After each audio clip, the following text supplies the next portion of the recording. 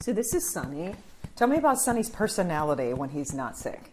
Oh, well, he's definitely a more chill, calm baby than Rosie was. That's for sure, like right from the get-go. But he's great. He's becoming a better sleeper. We struggled a little bit in the beginning, but he's definitely given us some good stretches. He's still got a little cough. You can hear that little cough. Yep. You can still hear that cough, which is good. That's what the doctors want to hear. You want to hear him cough and get it all out. Yeah. But he smiles now, and it's funny how he'll just almost not just the gassy smile, but more of a personality smile. Yeah, he's starting to recognize us more now. So that's the best. That's the best feeling in the world. He was still smiling in the hospital. I mean, honestly, through everything with oxygen tubes in his nose and everything as invasive as they had to be and everything, he still smiled through it. Like, just the happiest baby, really. Which it made it so heartbreaking to see him in distress like that. So what was it that changed about his personality that you knew something was wrong? Did he just start to cough? Because he first started to he started to hear congestion, just like a little bit of congestion here and there that we kept an eye out on. Then it developed. A doctor's appointment. Yeah.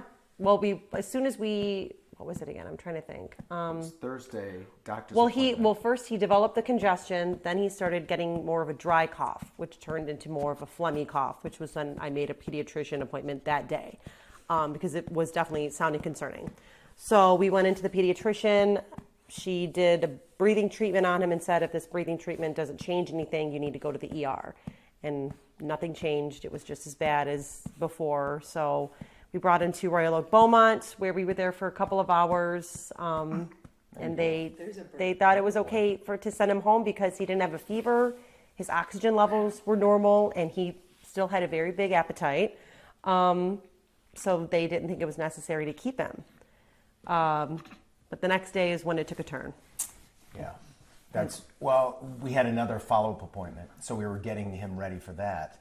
She went to change and handed him to me, and I said, his breathing is going downhill almost by the second. And I said, we need to really go. So as I was loading him in his car seat, he almost couldn't breathe at all. Oh, gosh. Yeah. And I yelled, I said, I think we need to either have to leave right this second or we have to call an ambulance.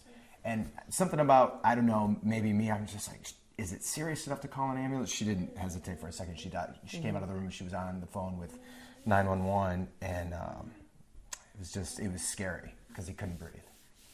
They came with, they were there in less than 2 minutes. Yeah. And seeing them like take him out of our arms to that ambulance was the scariest moment of my life. I wouldn't wish that on my worst enemy. Like seeing him taken out of our arms into a large stretcher, buckling him in while he's still struggling to breathe. He's losing his color. I not knowing what was going to happen next. Hands down the worst day of my life. The worst. I just cannot imagine. And for him, really and truly, because Jason's like, well, maybe I'm going to save it till he's rolling. Can you turn it off? Attaboy. Because you're really... I just can't even imagine. Oh, I actually went through it once before with AJ, who's 19, and it was just 10 times scary all over again. Because he's just 6 weeks. Well, he was just 6 weeks. Yeah. Yep. But it was incredible. The entire pediatric unit, I feel like it was entirely babies. It was all babies. There was, I want to say, a 2 or 3 year old next to us, but when we would walk down those halls and we look through the doorway, it's all of these parents. In the hall. Exhausted looking parents holding their babies. With infants. Yeah. Infants. Stuck in the hallway, some with older kids. It was kids of all ages. Yeah. Like, that's the biggest thing. We have been doing these stories for weeks where we say the hospitals are at capacity, and at home you're just like, wow, that's tough. But when you're actually in there, on the floor, and you can hear all these kids crying, screaming, just yelling for help, some of them. And it's just so terrifying and heartbreaking. You can hear them coughing and unable to breathe and getting the breathing treatments, and then they come in and they give him one, and it's really scary to be in the middle of it. Yeah. So did they have to hook him up to like an IV or anything? Mm-hmm. Tell me about that experience. So once they got him in the ambulance, and they started hooking him up with oxygen. And really one of the scariest moments throughout that was I remember the EMT in the truck sitting next to me saying, like, we're going to get him there as fast as we can, like pointing everything out to me, what they're going to do.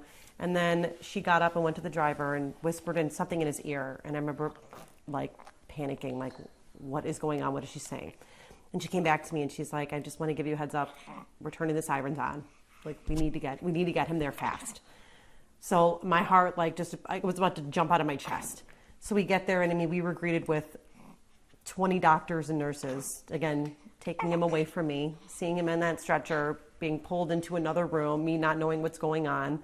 And that's where they started hooking him up to an IV, oxygen. I mean, they did x-rays on him. I mean, just all of these invasive, necessary things to my little 6-week-old on his body. It just, thank you very much. Yeah, they put the IV in too immediately, and he had it for the whole time, 3 to 4 days. Yeah, he had the IV the whole time, yeah. And he was on oxygen, the breathing tube in his nose for 3 days, and they pumped the oxygen in at a rate. His oxygen level was always good, so that was promising. We were holding on. I was always looking at that number. Anything under 90, they get worried about, and he was holding at about 95 for most of it, and then he was up to 100, and they would reduce how much they were pushing in over time, and they said once that gets down to 0, it has to stay that way, and we take it away for 24 hours, and then you can leave. And at one point, he was at 7. They were up at the 7. And the maximum is 8. Yeah. So we were really... Wow. So it took a while, but then they started slowly reducing it, and it was kind of like you're in the hospital. Hey, if somebody was out, I would come home, or she would come home to get rest, and he's down to 5. They took it down to 4. They took it down to 3. And we're like, yes. Every little hurdle. So how long total was he in the hospital? We were there Friday to Monday. Friday through Monday. That's when we left. Plus a day on a lot of the day Yeah, on plus Thursday. Thursday night. Yeah. Like So Friday, Saturday, Sunday, Monday. So explain to me again, how did his condition deteriorate? It feels like it just happened so fast. Like it really started, our daughter had a really bad, very bad phlegmy cough, a really consistent runny nose, and we kept thinking, oh goodness, it's only a matter of time. There it is. There it is. I need that. So then he started to develop those symptoms slowly but surely. The grunting in his chest, especially while he was feeding, the dry cough, which turned into a phlegmy cough, and then the heavy breathing. We started noticing it in his ribs, the retraction in his ribs getting faster and faster, and then we started noticing it.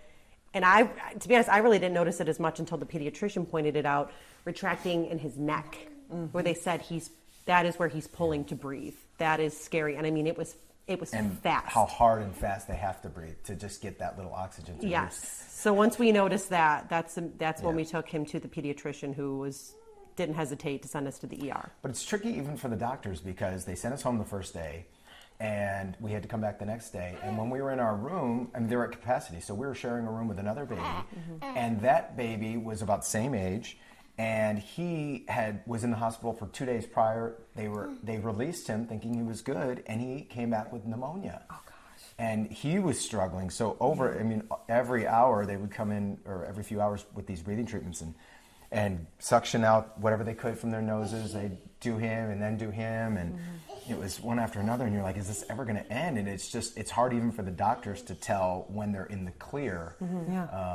Because they say, with RSV, it just has, at some point, it's just got to run its course.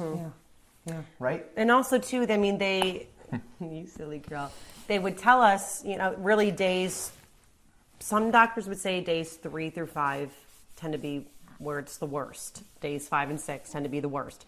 And it's tough because you can't remember the exact day symptoms started. So it was almost like just a waiting period, like, okay, when is this really going to get bad? When is this really going to take over? And how is he going to respond to it? The unknown was so terrifying, but the fact that we were at the hospital, we were in the best hands possible, gave us a slight sense of relief. But we definitely, when he was in the thick of it, we knew. Yeah. We knew, and it was so scary. It was so scary. And speaking of scary, what was the scariest part? Because I feel like it was on a Thursday or Friday, and we were coming into work about the same time. And I don't know if you remember this. And I said, hey, what's going on? How you doing? Kids okay? You're like, they're both sick. and then you just disappeared. And then later I learned that you went home. Mm-hmm. What was going through your mind? Did you get a call from Ida? When... It was a regular doctor's appointment for both of them. But I think, were you taking him in special that day? I was taking him in specifically for his symptoms, but I had them both with me, yeah. And I was in the newsroom, and we've had some other colleagues whose children had RSV, Tim, and he was Baker was okay, though. And so I was just telling her, I'm just hoping it's not RSV. And she called and she said, it's RSV. And she was crying. And she said, we have to take him to the ER. I was like, oh. So I raced out of there. And we did that. And then when they sent us home that day, though, it felt like a relief. Okay, he's going to be all right. But then the next morning, that was the scariest part for me, when all of a sudden he can't breathe. And you're like, you're here. And I'm like, we need to get to a hospital or call an ambulance, or how long can he go struggling like this? And you were definitely like, my tough guy husband is definitely the first person to be like, it's a cold, stick it out. It's this, stick it out. You don't need to call. He's fine. For him to even entertain the idea of calling 911, that's how I knew. I was like, no, there's, Okay, thank you. That's how I knew, like, okay, this has to be done right now. If he's saying it, it definitely needs to be done. Yeah. Oh gosh. Those EMTs, they were just angels. Yeah. Everyone at the hospital, I mean, just we were really in the best hands possible. You hate really seeing them there, but we were relieved he was there, and he was in such good hands.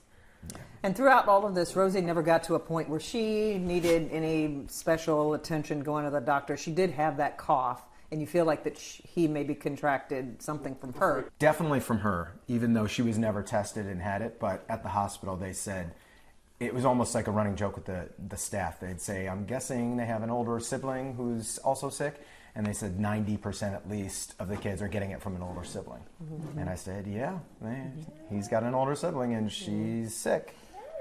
And so. And it's so hard because it's, how do I keep my 2-year-old away from my baby, you know? I mean, it was really, it was like a waiting period, like, okay, this is going to happen. He's going to get sick. I have nieces and nephews. They were all sick. They all had colds, but he was the only one who got tested for RSV and tested positive for it. And they haven't seen anything like it. So many nurses said that. Never seen in 20 years an RSV outbreak like this. And of course it follows the pandemic where kids were inside. They weren't exposed to anything. Now they're getting exposed and it's overrunning the hospitals. Let's shoot that cough. You're okay. You got it. Good job. That's good. You gotta get that out. Cough it out. Yeah. Yes, my angel. Did I do good? You did. That's what you do. You're right on cue. Good job. You go smile. Oh, I love him. Oh, I love him. I want to take him. I want to just steal him right now. You're tough. You're a little tough smile boy. Cece, you're in the shot. Cece, come here. You're getting in the. You're ruining the shot. No. Oh. You're a tough boy. You are very tough. Yeah. You had us all so scared. He did. I mean, I've never gotten so many calls and texts from people asking. But also, I posted a couple pictures on social media, and that's why I do feel like the story is so important. I had so many people reaching out asking, okay, what did you first notice? What were his symptoms? So I can look out for them with my kids. When did you know to take him to the hospital? I mean, it's so terrifying to see, on the news every single day, the top story everywhere. But then when it's your own and it's real, I mean, there are no words. There are just no words. And it's scary because the holidays are coming up, and you expect it's probably not going to go down because I guess the best advice is just, shelter them as much. It's almost like the pandemic again in some respects, because it's like, don't take them out if you're going to expose them, especially the newborns. Yeah. I think that's what you have to be careful about. Yep. Yeah. But we're seeing older kids too that were in the hospital. Yep. But yeah. So I asked that question because that was going to be my last question. What advice would you have for parents? I think you just have to be extra cautious. Mm-hmm. I mean, we've heard this a few times, but RSV, especially with the younger ones, just before you go to the family gathering, make sure everybody's good to go. Yeah. And I think you just have to be extra, extra cautious right now with the kids that are most vulnerable. And I also think go with your gut. If you can sense something is slightly wrong with your child, bring them in. Bring them to the ER. Bring them to the pediatrician. Don't hesitate. Don't wait. I mean, Yeah. it's within seconds, your entire life can change. Our entire life could have changed if maybe those EMTs hadn't gotten there in time, or we decided we wanted to take the 20-minute ride to the ER. So Yeah. don't hesitate. It's not worth the risk.